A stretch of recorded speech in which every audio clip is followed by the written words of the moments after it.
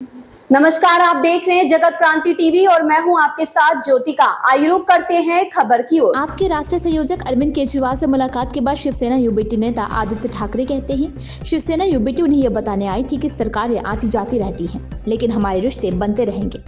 दिल्ली की जनता जानती है कि उन्होंने पिछले 10 साल में क्या काम किया है। इस चुनाव दिल्ली में चुनाव आयोग की बड़ी भूमिका थी, चाहे भारत गठबंधन हो या सभी विपक्षी दल। हमें सोचना चाहिए कि हमारा अगला कदम क्या होगा, क्योंकि हमारे लोकतंत्र में चुनाव अब स्वतंत्र और निष्पक्ष नहीं है। मतदाता के मुद्दों पर चर्चा करना महत्वपूर्ण है, नाम हटाना। हम इन मुद्दों पर व्यक्तिगत रूप से और टेलीफोन कॉल पर बात करते हैं। जो लोग फोन टैप कर रहे हैं उन्हें ये पता होना चाहिए। शिवसेना उद्धव बाळासाहेब ठाकरे पार्टी के जो मन में है, जो दिल में है, वो साफ बात है कि सरकारें आती जाती रहती है, फिर आएगी, लेकिन रिश्ता तो ऐसे ही चलता रहेगा। और यही कहने हम आए थे। उन्होंने जो पिछले 10 सालों में दिल्ली में जो काम किया है वो सारी जनता जानती है। ये जो चुनाव हुआ उसमें चुनाव का बहुत बड़ा हाथ था, आशीर्वाद था, और भाजपा ने चुनाव आयोग के तो आभार मानने ही ज़रूरी है। लेकिन यही बात है, कल जैसे मेरी राहुल जी से बात हुई, आज अरविंद जी से बात हुई, कि इंडिया गठबंधन हो या फिर हम सारी पार्टीज़ हो, कहीं ना कहीं हमें ये सोचना ज़रूरी है कि अभी अगला स्टेप क्या है, क्योंकि हमारी डेमोक्रेसी फ्री एंड फेयर नहीं रही है, इलेक्शंस फ्री एंड फेयर नहीं रहे। तो लड़ते तो रहेंगे, देश के हित में लड़ते रहेंगे। आपकी आवाज़ हो, मीडिया की आवाज़ हो, जनता की आवाज़ हो तो उठाते रहेंगे, और जो भी देश के अच्छे का हो, सड़क पे उतरना हो, लड़ना हो तो लड़ते रहेंगे। बस यही था।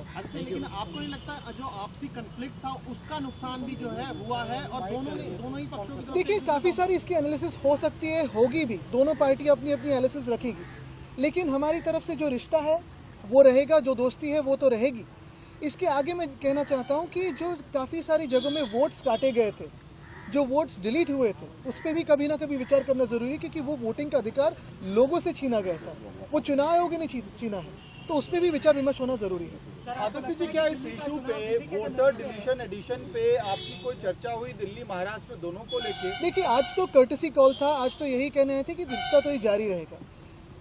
जाहिर सी बात है, स्वाभाविक है कि जब हम मिलते हैं तो इस बातों पे चर्चा होती है। इसके पहले भी फ़ोन पे भी हुई थी, अभी जो फ़ोन टैपिंग करते हैं वो तो सुनते ही होंगे, तो उनको पता भी होगा कि हम शायद क्या बात कर रहे हैं। लेकिन हमने ये भी कहा है कि इस पर स्टडी करके जो हम प्रश्न चिन्ह उठा रहे हैं, जैसे महाराष्ट्र में 47 लाख वोटर्स कहाँ से बढ़े हैं, 76 लाख वोट्स आखिरी समय के बाद किसने वोटिंग किया है, इसकी कोई वीडियो फुटेज है क्या, टोकन्स है क्या?